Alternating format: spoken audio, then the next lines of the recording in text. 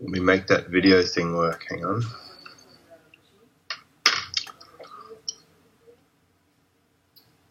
Hey, it's James Schramko, and we are live and recording.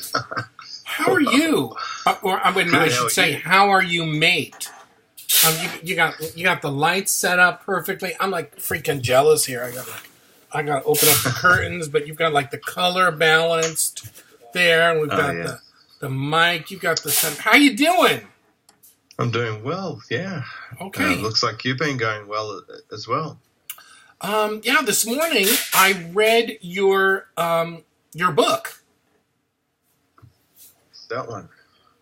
That's the one. That's the one. Yeah. And I wanted to talk to you about it. And we're being recorded and share this recording with people.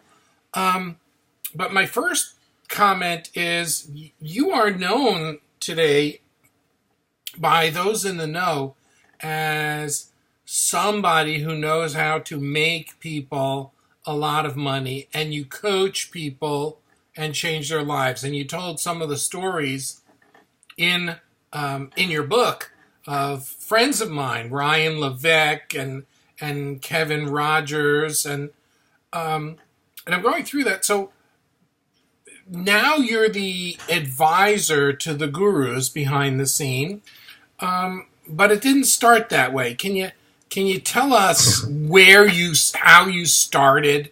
You weren't born a guru. No, born with nothing. However, I did have good parenting, and being a white male in a Western country is kind of like winning the lottery. So I did want to put that out there. I think from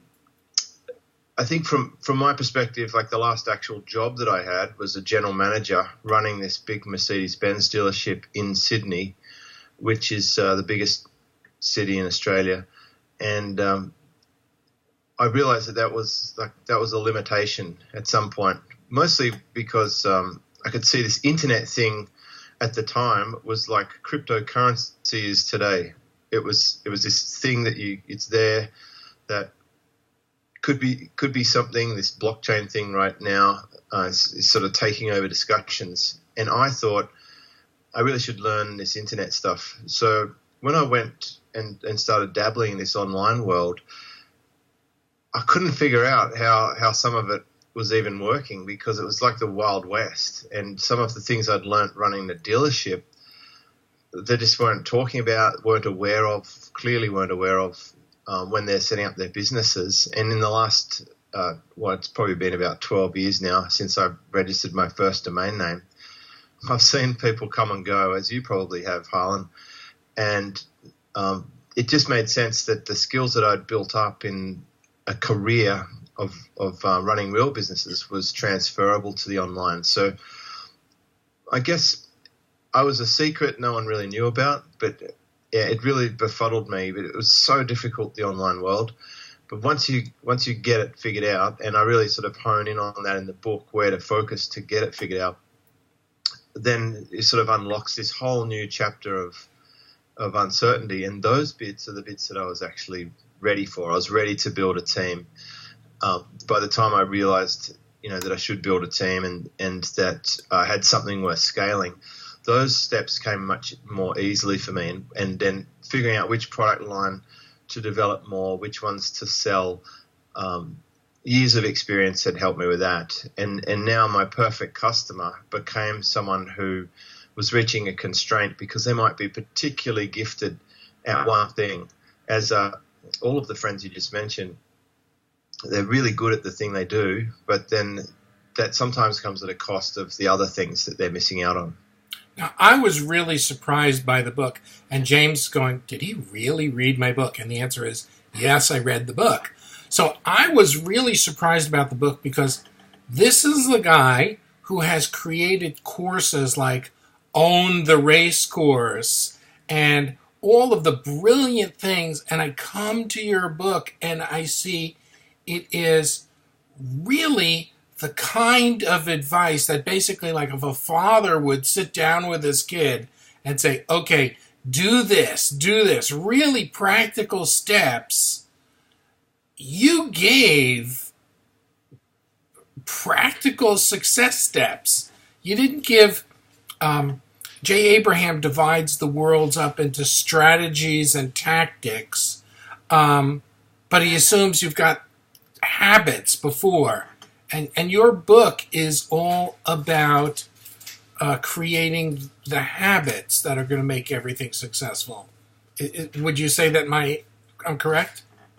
Yeah, I mean, the book was a real challenge for me. I tried to put a book out about 5 years ago, and maybe that's where it was feeling that it was falling short. But one of the great filters that I had with putting together this book is, I had a lot of help from a lady called Kelly, and Kelly was a customer sitting in an audience. Now, I was wondering why.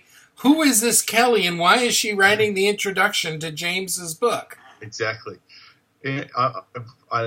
Basically, she helped me come up with a big idea for the book, structure all of my decades worth of material into usable chapters. She's a genius writer and story structure person. She's effectively a ghost writer, a structure expert, an editor, and she's been working really hard in the blogging world and online communities. And she was sitting in the audience and said, you should be putting a book out there.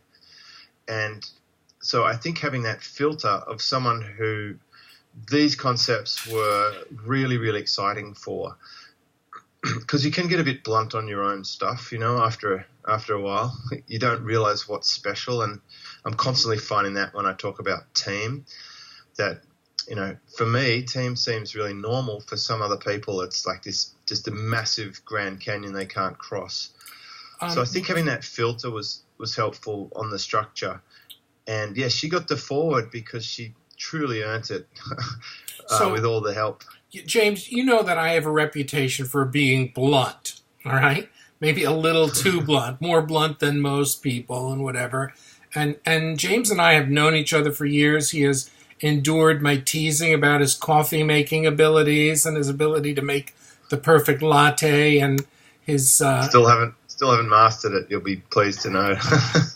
But well, here we go. Spot some brain octane there in the background. Yeah. Oh, yes. Brain octane. 3 bottles of it. I need as much brains as I can get.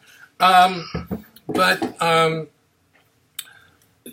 in today's era of what you've seen, the internet has evolved since you threw up your first ClickBank link and made 0 sales.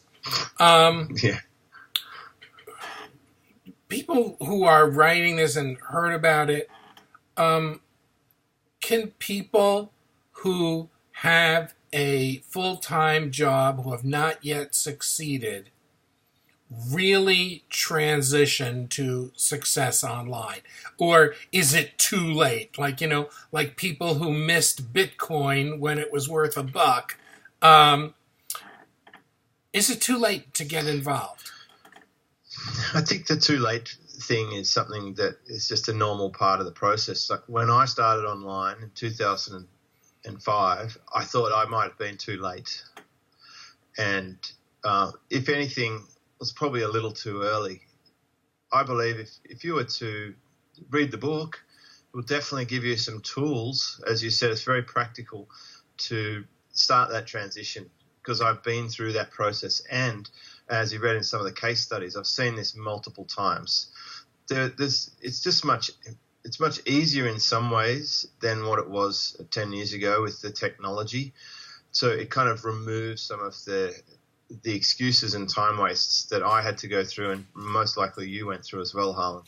I think the accessibility is there, and I definitely don't think it's too late.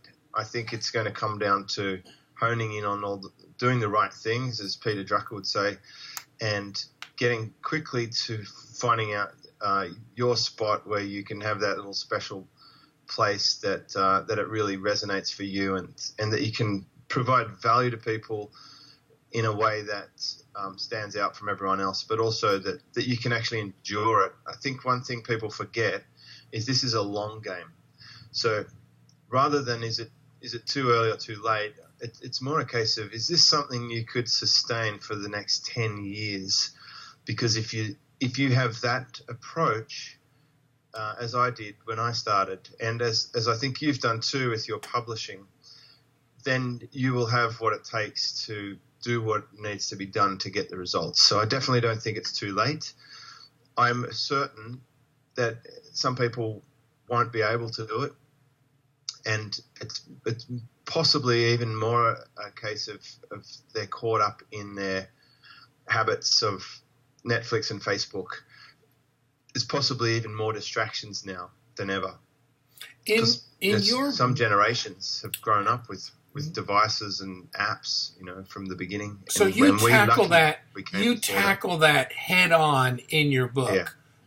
And you spend time on time management and software that will help you manage your time and track your time. What software do you personally use that does that on your computer? For quite some time, I was using Rescue Time, and that's where I start with customers as well. And then once I learnt my habits and built a very strong discipline, I could go off it.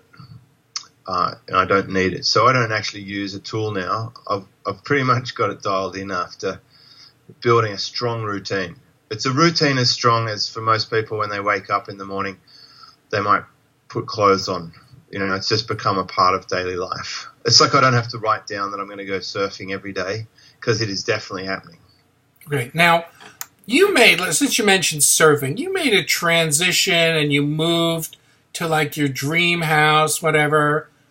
How'd your family react to that? Like, whoa, he's really doing this? Yeah, I think I was as surprised as anybody. I think we all go through these cycles of imposter syndrome or self-doubt. And ultimately, the less you can worry about what other people think, the better. The only people you got to worry about how they think is yourself, absolutely first and foremost. Like, that's why I talk about having a mirror. You've got to satisfy yourself, and I think a lot of people self-sabotage or beat themselves up or don't have themselves on their own team. If you can get that locked in, the next stage would be worrying about your customer and making sure you're serving them. If you can do those two things, then I think the rest of it, so be it. Maybe you're not going to associate that well in the Christmas gathering or whatever religion you're from, individually, whatever celebrations when you meet traditionally with family, there might be some disconnection.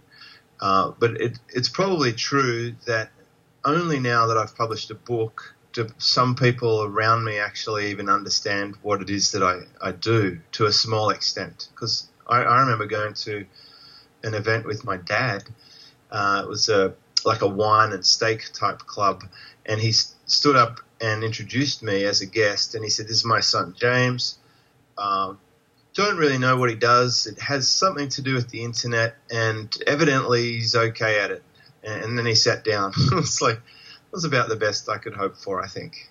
Yeah. Because it is hard to explain what we do to regular people. Now, you've given it's a habit-changing, life-changing guide for people to do. And I think if somebody, first of all, there's no doubt that if somebody goes through your book and puts everything into effect, they're going to be a different person. Agreed? Absolutely. It's impossible to stay the same. And as you said, it's something you might give your kid. I mean, I dedicated it to my children because it's the manual I want to give them and say, look, you could save yourself a lot of time and energy and like, here's some of the things I've been through and this could fast track you. So I really would like to think it's a useful guide for someone starting out, but also even I suspect people who already have a business are going to find a highlight here or there that makes them think at least. And that was the job, to stimulate some ideas and to bridge the gap of where you want to get to so you can make it a little bit easier. Okay. Now, on the back, on the wall and back, I see the gold or the CD with Gary Halbert in it. And Yes. that's because James was honored by reading one of Gary's letters in the oral letter collection. Which letter did you read?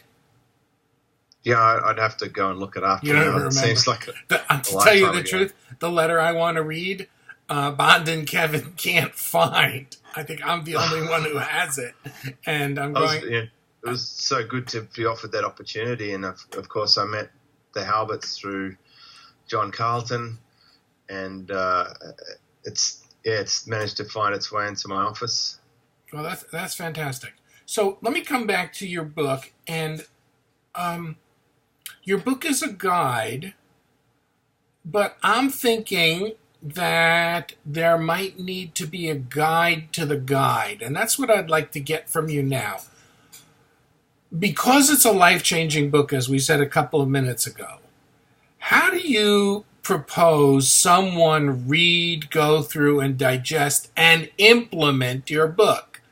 Okay? Because someone could read it and just go, oh, that was nice, and not do anything with it. What's your suggestion for someone to go and start implementing? My suggestion would be to just start. The introduction is deliberately introducing the promise and setting up enough interest at least to go into chapter 1. I would just read it in sequence, and I would probably just read it through and be entertained by it, but then I would go back through and make sure you follow the action steps. But if you're the kind of person who likes to watch a series, one step at a time and let it digest, then certainly just do the action steps after each chapter. And I think it's important to acknowledge that different people learn differently. And there'll be some people who just look up the table of contents and dive straight into a particular chapter, which it will still work. Each chapter is self-supporting to some extent because there'll be a case study, a story, some action points at the end of the chapter, and some really meaty content. There's really no fluff at all in this book. It's definitely there's not a single word there that doesn't have to be there. I will agree with it. Like there's no wasted stuff. Even the stories that you tell are all illustrating important. I sent Kelly so much stuff on every single question she asked me and all the stories, and then when we get to the first version, it was most of it didn't make it, and it was the whole point of that first chapter is to start getting rid of that overwhelm. So I really do want to give people less to do, and it will take around about 2 hours to go through the book if you just read it and if you didn't stop and implement stuff. And even that 2 hours, I would suggest would have a massive return on your time. I think you'd free up at least 2 hours a week, but possibly 2 hours a day if you were to start, I think even subconsciously, if you start processing some of the ideas, because my book is designed to stimulate thought. It's definitely slightly counterintuitive in some areas, and that's because I've been getting results with things that people say you shouldn't get results with, and I definitely take a different approach than a lot of the market. And I think you found that too with some of the experiments you've done, Harlan, where you've deliberately gone against the norm and you've built these massive... I built these businesses like dog empires. Sites, and I don't know if you... Too fast, too profitable. And you see what I'm doing with keto. I've got Facebook groups of 250,000 people, and they're going, huh? How did you do that? So exactly.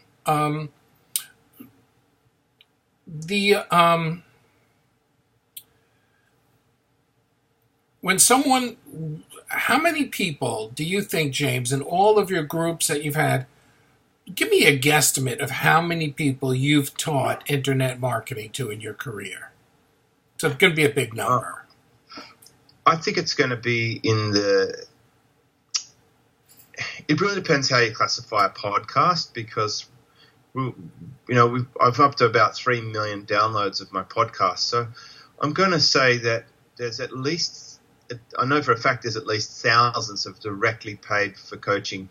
So I would put the number somewhere in the tens of thousands. Yeah, I was going to guess that between a reasonable estimate. Your paid forums and stuff like that. So In paid forums, I've definitely had at least, I think there's at least 4,000 people have paid for information.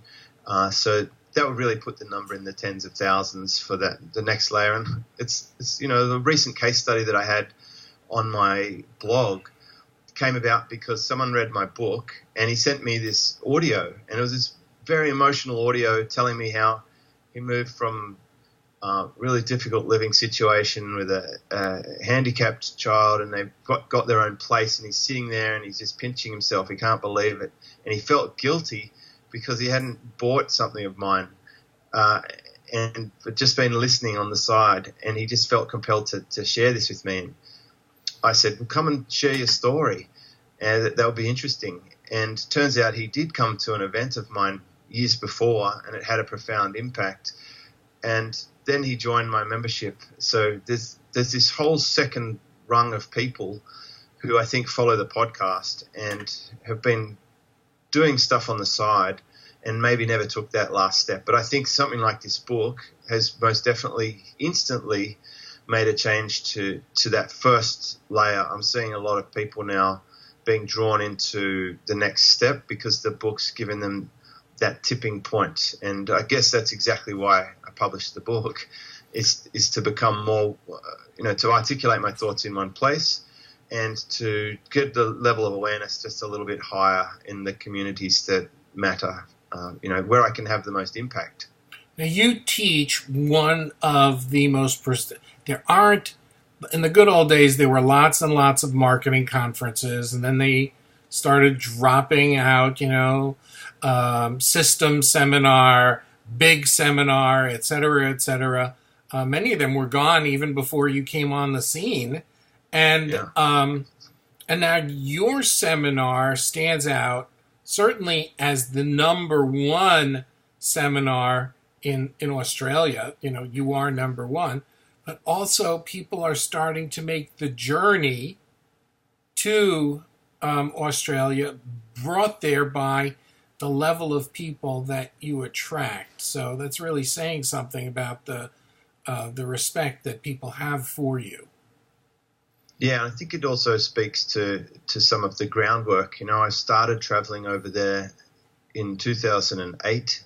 So it's been almost a decade-long campaign to develop a market. Like I got on that airplane and went to your conferences and met these people and built relationships. And over time, you get the result. So like what we're looking at now is a mature orchard, but it used to be just, like land with nothing on it. So it's been an effort, and I've done pretty much the same thing in the UK market and the Dubai market where you and I actually attended. Mm-hmm. And, so like you want to build a market, it's good to go there. And, yes, I think the type of event that we run is quite unlike the type of events that I've attended in the US market. And I think that's partly because of our culture and partly because we're just a much smaller place in general. So they do come from all around. You genuinely get people from the whole country there representing. And then you cross-pollinate that with people from multiple international destinations. You get a pretty buzzy vibe in that sort of an event. Fantastic. Okay, we are coming to the end of our time, so I'm going to ask you to pick up your book one more time, show it to the folks. Okay, it's James Schramko, Work Less, Make More. You can get it on Amazon. It is a fairly quick read, but do not underestimate, do not be fooled that quick read does not imply or contain serious value. So you guys know the last person that I did an interview about a book, I believe, was Ryan Holiday with what was it? Trust Me, I'm lying, or something like that. And so again, it's taken all these years, And folks, I reached out to James to interview him about this book. James didn't reach out to me because I think that everybody should be studying what James is doing. So you're going to be seeing this at the tail end of 2017. And if you're serious about changing your life in 2018, pick up the book one more time. I want you to go out and get the book, Work Less, Make More. It is a life changer. Yes, he is as good looking in person as he is on the cover. You see that now. And personally, for those of you who make the journey to attend one of his conferences, you just go up to him and say, Harlan said you'd make me a latte. And I promise you that James will laugh at you. Thanks for taking time out from your day. I know that you're in Australia now, and it's like 3 o'clock in the morning, or 3 o'clock in the morning yesterday, or something like that, or it's tomorrow. So, do you want some stock tips or, yeah, or horse race results? No, Bitcoin. I need to know what Bitcoin did today, tomorrow. I've got a strong prediction there. It's going to go up and down a lot. There you go. You can trust James Schramko. Thanks, James, for being here. Thanks, Harlan. Bye-bye.